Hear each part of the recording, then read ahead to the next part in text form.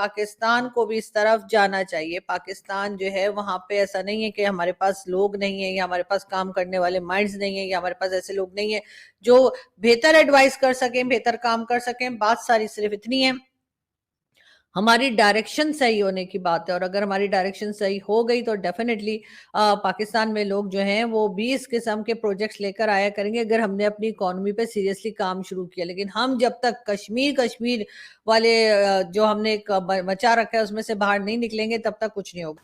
पाकिस्तान के finance minister हैं औरंगजेब साहब, वो इस वक्त अमेरिका में हैं और अमेरिका में इसलिए हैं कि आईएमएफ के डेलीगेशन, बल्कि पाकिस्तान के डेलीगेशन से आईएमएफ की मुलाकातें हैं। नरेंद्र मोदी को हम क्रेडिट नहीं दे सकते। जिस तरीके से उन्होंने 1990 से इंडिया ने अपने जो पॉलिसीज़ है ना वो ओवरसीज़ इन्वेस्टमेंट के लिए ना खोल दी थी, उस वजह से जो डॉक्टर मनमोहन सिंह की जो पॉलिसी थी मईशत को लेकर जिस तरीके से उन्होंने चलाई, इसके अलावा काफ़ी चीज़ें जिसमें इंडिया बहुत आगे चल रहा है। अगर हम देखें महिंद्रा देखें, टाटा देखें, जिस किस्म की वो बाइक्स बना रहे, उनके जो बाइक्स है अफ्रीका में चाइना के बाइक्स को टक्कर दे रहे हैं, उनको बाहर ही निकाल। 4900 करोड़ इंडियन रुपीस के ये प्रोजेक्ट्स हैं जो पीएम मोदी और स्पेनिश प्राइम मिनिस्टर जो हैं दोनों उसके ऊपर एग्री करेंगे और काम शुरू होगा। डेफिनेटली भारत के लिए ये एक बहुत अच्छी बात है कि वो उस किस्म के प्रोजेक्ट्स उनके यहाँ होते हैं और आईएमएफ की टीम्स के साथ वो मीटिंग्स कर रहे हैं। इसकी भी कुछ बड़ी बड़ी खबरें हमारे पास मौजूद हैं कि क्या क्या मीटिंग्स हुई हैं और आईएमएफ से जो कर्जा अभी जो पैकेज लिया है वो क्या है और अगला पैकेज क्या है, इस पे भी हम आप तक पहुंचाएंगे।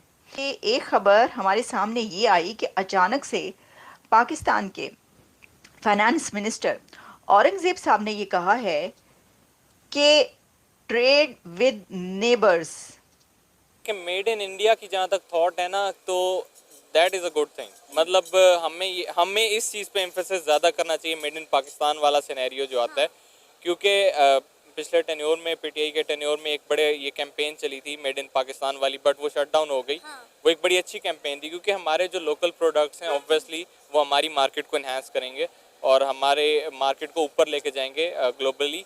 तो वो एक अच्छा कॉन्सेप्ट है, I can vouch for that. But जो जहाँ तक मेरा ख्याल है, जो मेरा एनालिसिस कहता है वो यही कहता है कि हम इस टाइम जितनी कोलैबोरेशन में हैं चाइना के साथ, क्योंकि हम बहुत अरसे से हैं, बहुत ज़्यादा अरसे से हैं, तो आई गेस कि हमारे पास ऐसी क्वांटिटी और कैपेसिटी होगी। जो नेबर्स हैं उनके साथ ट्रेड ना करना इलॉजिकल है, लेकिन इसको देखा और समझा इस तरह जा रहा है कि शायद उन्होंने ये कहा है कि trade with neighbours is illogical. No, अच्छा मैं आपको एग्जैक्टली बताती हूं कि उन्होंने कहा क्या है।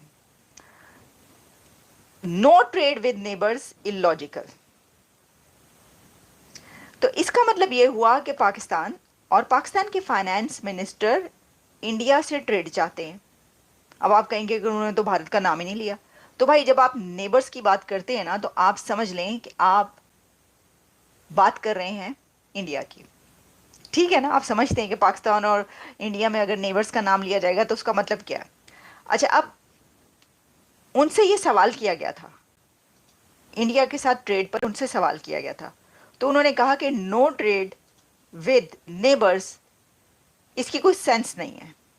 हम अपने पार्ट्स भी खुद बना रहे हैं, उनको असेंबल भी खुद बना रहे हैं, उनको एंगेज भी खुद कर रहे हैं, जहाँ तक मेरा ओपिनियन है। सर अभी तो पाकिस्तान में कुछ नहीं बन रहा ना, पाकिस्तान में जो फैक्ट्रीज थी वो भी बंद हो गई, आधी से ज़्यादा जो है वो बांग्लादेश और इंडिया में शिफ्ट हो गई। अब आप देखें कि इंडिया के प्राइम मिनिस्टर नरेंद्र मोदी जब आज से 10-15 साल पहले आए थे तो उनका एक मोटिव था कि वो इंडिया में हर चीज़ बनाएंगे। अब देखिए इंडिया में जितनी भी डिमांड है चीज़ों की, वो मेड इन इंडिया चीज़ों की डिमांड है और मेड इन इंडिया ने मेरा ख्याल है इंडिया को बना दिया है।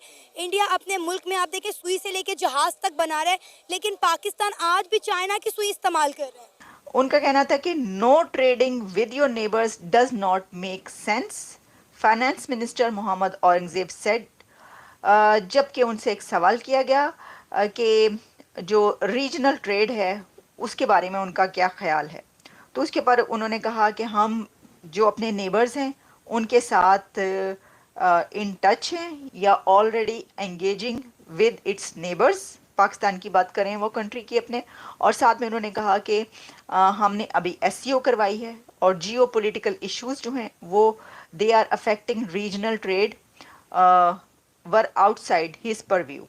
देखें, ये बात आपकी ठीक है कि हम मेड इन पाकिस्तान यूटिलाइजेशन में पीछे रह गए हैं, जो कि एक बिल्कुल ठीक बात है। अगर हम उसमें ही आगे होते तो आज हम शायद दुनिया की टॉप इकोनॉमीज़ में जिस तरह जा रहे थे फॉरबीज वगैरह की रिपोर्ट्स के मुताबिक, तो आज हम वाकई होते। इसमें एक बड़ा फॉल्ट जो है वो political instability due to different reasons, जो हम सबको पता है क्यों है।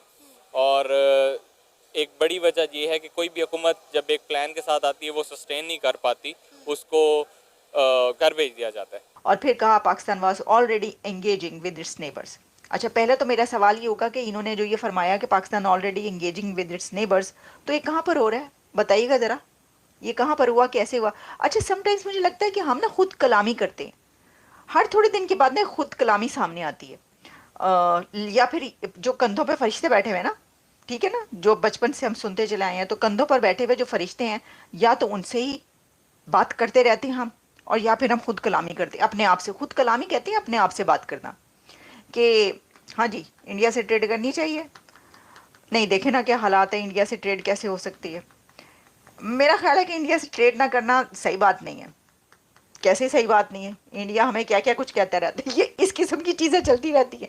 मुझे लगता है हम आपस में अपने या तो फरिश्तों से बातें करते रहते हैं या खुद कलामी करते रहते हैं।